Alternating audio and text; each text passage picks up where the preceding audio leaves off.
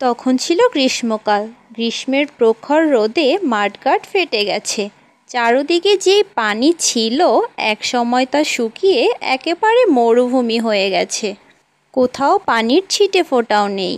আর ঠিক তখনই একটি তৃষ্ণার্ত কাক পানির খোঁজে এদিক ওদিক ছুটে বেড়াচ্ছিল, কিন্তু সে কোথাও পানি পেল না।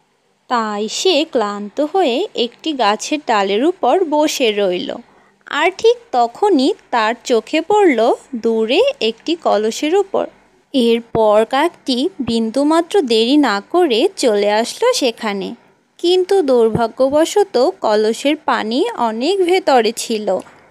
কাকটি কিছুতেই পানি পান করতে পারছিল না। সে কী করবে বুঝে উঠতে পারছিল না। ঠিক তখনই তার মাথায় একটি বুদ্ধি আসলো। সে তার সামনে কতগুলো পাথর দেখতে পেল, আর তারপর সে দ্রুত পাথরগুলোকে তার মুখে করে আনতে লাগলো এবং একটি একটি পাথর সে কলসের মুখে ফেলতে লাগলো। এভাবে একটি একটি করে অনেকগুলো পাথর সে কলসের মধ্যে ফেললো এবং পানি মুখের কাছে চলে এসেছে। আর তখন সেই তৃষ্ণার্ত কাকটি মন ভরে পানি পান করলো।